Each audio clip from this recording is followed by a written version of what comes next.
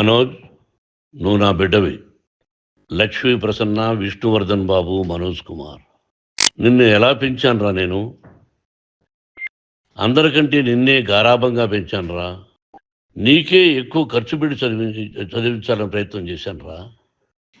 నువ్వు ఏది అడిగినా నేను నీకు ఇచ్చానురా. కానీ ఈ రోజున నువ్వు చేస్తున్న పని బిడ్డల గుండెల మీద తంతారంటారే, అలా తన్నేవరా. మనసు ఆవేదనతో కింగిపోతుందిరా. నేను మీ అమ్మ ఏడ్చుకుంటున్నావురా. జర్నలిజం ఉన్నది లేనిది, లేనిది ఉన్నట్టు రాస్తున్నారా. నువ్వు నన్ను కొట్టడం ఏంట్రా? నా బిడ్డ నన్ను తాకలా. ఇద్దరం ఘర్షణ పడ్డాం కొన్ని కారణాల వల్ల. ప్రతి ఫ్యామిలీలోనూ ఉంటాయిరా ఇవి. లేనివాడు ఎవరైనా ఉంటే ప్రపంచంలో ఒకరున్నారేమో, 1% ఉంటుందేమో. అటువంటి వాళ్ళ ఇంటికి వెళ్ళి కాళ్ళు గడిగి నిద్ర పూసుకోవచ్చు. భారత భాగవత రామాయణాలు చూసావు కదరా. ఏమిటిది? మీ అమ్మ ఎంత కుమిలిపోతుంది ఈ రోజున హాస్పిటల్ చేరింది. నీ వల్ల హాస్పిటల్ చేరుతాను. చూడు మనోజ్, నీకన్నీ ఇచ్చిన ఈ రోజున నువ్వు నా గుండెల మీద తనడమే కాకుండా అపకీర్తి తీసుకొచ్చావు. ఏదేదో రాశావు, ఏదేదో చెప్తున్నావు. కొంతమంది జర్నలిస్టులు ఉన్నది లేనిది, లేనిది ఉన్నట్టు రాసే వాళ్ళ తత్వం వాళ్ళకి ఎందుకంటే టీఆర్పీ పెరగాలి. ఇది వాళ్ళ నైజం. మనం మార్చలేము. వాళ్ళందరి మీద మన కోర్టుకు వెళ్ళలేము. వాక్ స్వాతంత్రం అంటారు, ప్రజాస్వామ్యం అంటారు. ప్రజాస్వామ్యంలో కూడా కొన్ని హద్దులు ఉన్నాయి. ఇది నీకు తెలుసు అనుకున్నా. ఎంత మంచి నటుడివి నువ్వు. నీ భార్య మాటలు విని తాగుడుకు అలవాటు పడిపోయావు. వింటున్నావా మనోజ్? ఎవరిని నమ్మాలో ఎవరిని నమ్మకూడదో పరిస్థితి తీసుకొచ్చావు. విద్యాలయాలు ఎంత గొప్పవిరా. మనం 25% కులమతాలకు అతీతంగా ఫ్రీ ఎడ్యుకేషన్ ఇస్తున్నాంరా. క్యాస్ట్ అనేది తీసేసానురా 92లో ప్రాస్పెక్ట్స్లో. నువ్వు చదువుకున్నావురా. అక్కడ చదువుకున్న బిడ్డలు IAS, IPS అయ్యారురా. ఎంతోమంది గొప్పవాళ్ళు అయ్యారురా. నువ్వు నటుడుగా ఎంతో గొప్పవాడివి. తాగుడికి అలవాటుపడి నువ్వు నీ భార్య ఇంట్లో బిహేవ్ చేస్తున్న విధానం ఆ భగవంతుడు సర్వేశ్వరుడు తెలుసు. భగవంతుడు చూస్తున్నాడు రా. నేను తప్పు చేసినా, నువ్వు తప్పు చేసినా, ఎవరు తప్పు చేసినా. ఎంత అవకాశం ఇచ్చావు మాట్లాడుకునేదానికి అందరికీ. ఇన్ని సంవత్సరాల్లో మన విద్యాలయాల్లో ఒక్క తల్లి కానీ ఒక తండ్రి కానీ ఏమైనా చెప్పారా? ఆ బిడ్డలు మన బిడ్డలు రా. మీరెంతో నాకు అక్కడ ఉన్నవాడు కూడా నా కూతుర్లు, నా కుమారులు. ఎంతమందికి ఫ్రీ ఎడ్యుకేషన్ ఇస్తున్నావు. వాడి దగ్గర ఏది ఆశించరా. నువ్వు ఎందుకు ఇలా తయారైపోయావు? ఎందుకు ఇంట్లో ఉండే పని వాళ్ళని అందరినీ కొడుతున్నావు? పనివాడు వాడు పని చేసుకోవడానికి మన ఇంటికి వచ్చాడు రా. ఆ పనివాడిని కొట్టడం చాలా మహాపాపంరా. నేను వేరురా. నేను దండించడం వేరురా. నేను ఎవరిని ఆ చిన్న చిన్న వాళ్ళని కొట్టి ఇచ్చేసి చేయలేదురా. సినిమా ఇండస్ట్రీలో మోహన్ బాబు కొడతాడు, తిడతాడు అంటే అది షూటింగ్లో జరిగి ఉండొచ్చేమో. కానీ ఇంట్లో ఉండి 10 సంవత్సరాల నుంచి 20 సంవత్సరాల నుంచి పనివాళ్ళు ఉన్నారు. నేను ఇంట్లో లేని సమయంలో వాళ్ళందరినీ కొట్టి వాళ్ళ ఫోన్ లాక్కొని ఒకడైతే చచ్చిపోవాలి. వాడు పోలీస్ కంప్లైంట్ ఇచ్చి ఉండొచ్చు. నేను వద్దు అని వాడిని బతిమాలాడు. పోలీస్ కంప్లైంట్ కూడా ఇవ్వలా. ఇంకైనా నువ్వు నీ భార్య మారి బయట ఉండండి రా అన్నాను నేను. లేదు డాడీ, తప్పు చేయలేని ఒకసారి వచ్చావు, మళ్ళీ తప్పు చేశావు, మళ్ళీ వెళ్ళావు, మళ్ళీ ఈసారి తప్పు చేయనన్నావు. ఏమండి వీడు తప్పు చేయడం అని మీ అమ్మ చెప్పింది. ఇంట్లో పెట్టుకున్నా. మళ్ళీ నువ్వు చేస్తున్నది, ప్రతిరోజు నువ్వు తాగుతున్న విధానం నీకే తెలుసు. ఇది ప్రజలు నమ్ముతారా లేదా అనవసరం నాకు. నేను నీకు చెప్తున్నా, ఇంతటితో ఫుల్ స్టాప్ పెట్టాలి. 3 రోజుల నుంచి రకరకాలుగా రాస్తున్నప్పుడు నా మనసు ఆవేదనతో ఉంది. మళ్ళీ చెప్తున్నా, Mohan Babu university is greater than temples. Greater than temples. బిడ్డలను కాలేజీలో చేర్చుకునే ముందు చెప్తారు, అన్నయ్య ఎంత ఉంది యూనివర్సిటీ రూల్స్, ఇది మా పద్ధతి, మీకు ఇష్టమైతే చేర్చండి. గవర్నమెంట్ బిడ్డలను గవర్నమెంట్ ఏమి ఇస్తుందో ఇంత పర్సంటేజీ వాళ్ళకు కూడా మీ దగ్గర ఎందుకు డబ్బు తీసుకుంటున్నా ఉంటే దానికి అర్థం పరమార్థం చెప్పాము. దొంగతనంగా తీసుకోలేదు. ప్రతి దానికి చెక్కులు ఉన్నాయి, అది అకౌంట్ ఉంది. దానిలో తప్పులు జరిగితే డిపార్ట్మెంట్ ఉంది. కాలేజీలో ఏదైనా తప్పు జరిగితే గవర్నమెంట్ ఉంది. ఇవన్నీ నీకు తెలుసు.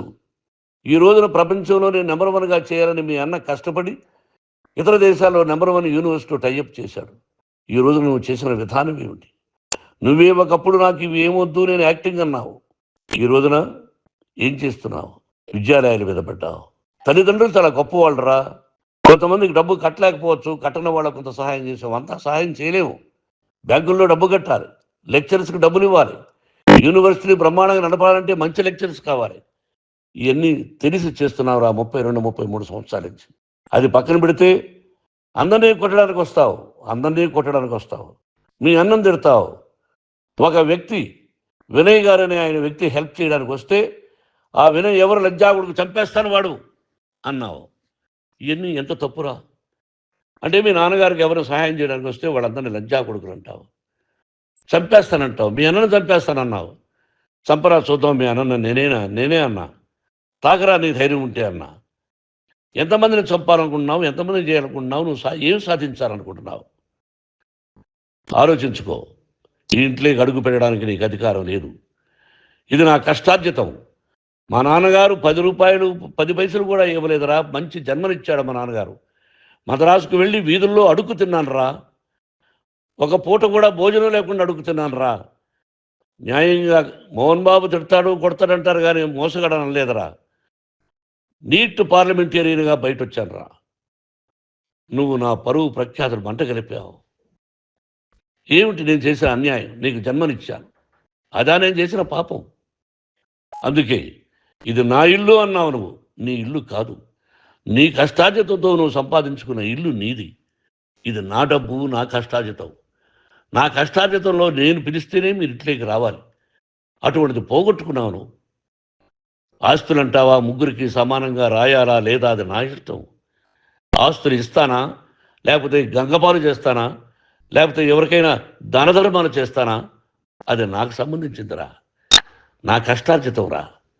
మీరు చేస్తున్న విధానం గుణగణాలు కావాలరా. మందు తాగచ్చురా. ఎంత తాగాలి? నేను కూడా 1 or 2 పెగ్స్ తీసుకుంటా. ఇది తప్పు కాదు, జనానికి తెలియాలి. నా డబ్బు ఇది. తాగి ఎవరిని కొట్లా, తాగి నేను తింటున్నా. అది ప్రజలకు అక్కర్లా. నేను తప్పు చేస్తేనే ప్రజలకు కావాలా. ఇవన్నీ ఉన్నాయిరా. ఇవన్నీ తెలుసుకో. జర్నలిస్ట్ సోదరులారా, మీకు నా గతాన్ని తెలుసు, నా భవిష్యత్తు, నేను ఎక్కడి నుంచి వచ్చాను కూడా మీకు తెలుసు. ఈ రోజున మీరు రాస్తున్న విధానం, నా బిడ్డ నన్ను కొట్టాడన్నారు. ఎంత తప్పు!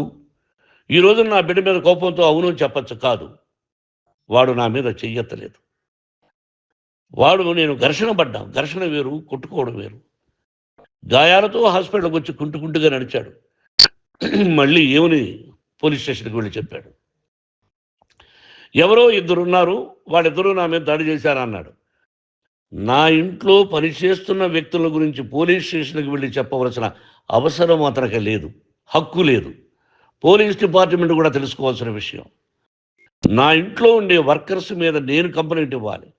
నువ్వు పర్మిషన్ లేకుండా నా ఇంట్లోకి నువ్వు చొరబడి ఇల్లు నాదంటూ ఇంట్లో పనిచేస్తున్న వర్కర్స్ మీద కంప్లైంట్ ఇచ్చావు. అది ఎంతవరకు పోలీసు న్యాయమో రూల్సో చూద్దాం. పోలీస్ డిపార్ట్మెంట్ ఇంటికి వచ్చింది. వాళ్ళకి రాశాను ఉత్తరం, అయ్యా నేను సీనియర్ సిటిజన్ని, నాకు రక్షణ లేకుండా ఉంది, నా బిడ్డ వల్ల నా ఇంట్లో నుంచి నా బిడ్డను పంపించేసి ఇది నా ఇల్లని. వాళ్ళు నాకు సమాధానం ఇవ్వలేదు. ఇవ్వకపోగా ఎవరిని పట్టించుకోలేదు. ఇప్పుడు పోలీసు వాళ్ళు వచ్చి ఏమండి రూల్స్ ప్రకారం నా బిడ్డ ఇంటికి రాకూడదంటే మాకు హయ్యర్ డిపార్ట్మెంట్, హయ్యర్ అథారిటీ వాళ్ళు ఫోన్ చేశారు, మీరు ఎవరిని స్టాప్ చేయొద్దండి, బయట నుంచి ఎవరైనా వస్తే వాళ్ళని స్టాప్ చేయండి అన్నారు. 2 రోజుల నుంచి 10 మంది 20 మంది వస్తున్నారు. వాళ్ళు అలా చూస్తూ నిలబడ్డారు. వాళ్ళు ఫోటోలు తీసుకున్నారు, వాళ్ళ మీద మళ్ళీ వదిలేస్తున్నారు. ఎవరిని నిందించాలి? But I give respect to the police department. వాళ్ళకి ఎవరు ఏ అధికారి ఫోన్ చేశాడో, ఆ అధికారికి ఏ పొలిటీషియన్ చేశాడో అది వాళ్ళకే వదిలేస్తున్నా. కాబట్టి వాళ్ళు పోలీస్ కంప్లైంట్ ఇచ్చినా కూడా మేము సంబంధం లేదని అంటున్నారు. కాబట్టి నేను నా బిడ్డను నిన్ను నాపు చేస్తున్నా. నువ్వు ఇంట్లోకి వచ్చే అధికారం నీకు లేదు. నువ్వు వచ్చి నీ బిడ్డను తీసుకెళ్ళు. సంతోషం, నువ్వు రాలేదు, నీ బిడ్డను జాగ్రత్తగానే చూసుకుంటావు. Take care your daughter, that's all. మీ అమ్మ హాస్పిటల్లో అడ్మిట్ అయింది. రేపో ఎల్లుండో మీ అమ్మను పిలిపించి బాగైన తర్వాత ఇదిగో నువ్వు నీ కొడుకు బిడ్డను తీసుకెళ్ళి వాడికి అప్పచెప్పని చెప్తాను పోలీసు వాళ్ళ ఆధ్వర్యంలో. ఇది 100% జర్నలిస్టు సోదరులారా, ఫుల్ స్టాప్ పెట్టండి. మీకు కుటుంబాలు ఉన్నాయి, మీ యజమానులకు కుటుంబాలు ఉన్నాయి. మీ కుటుంబాల విషయాలు, మీ యజమానుల కుటుంబాల విషయాలు మేము ఎవరు జోక్యం చేసుకోరా. మేము నటీనటులం. మాది తప్పుంటే నటుడుగా నన్ను ఫెయిల్యూర్ అని రాయండి, నా నటన బాగలేకపోతే రాయండి. బట్ ఇంటి లోపల సందులో నుంచి చూస్తూ తప్పు చేస్తున్నామని ఉన్నది లేనిది లేనిది ఉన్నట్టు రాయకండి. మీకు నా హృదయపూర్వక నమస్కారాలు. ఇన్ని రోజులు హృదయపూర్వకంగా ఎంకరేజ్మెంట్ చేశారు. ఆ ఎంకరేజ్మెంట్కు నమస్కారం చేసుకుంటూ I love you all. I love you police department. మీరు న్యాయంగా ధర్మంగా నడుచుకోండి, ఎవరికి తొత్తుల్లాగా ఉండొద్దండి అని మనవి చేసుకుంటూ నేను సెలవు తీసుకుంటాను. Thank you very much for all the journalist. ఇక్కడ ఫుల్ స్టాప్ పెట్టండి, ఫుల్ స్టాప్ పెట్టండి. Thank you very much. Please subscribe to the channel and download the Politicos app from the links in the description.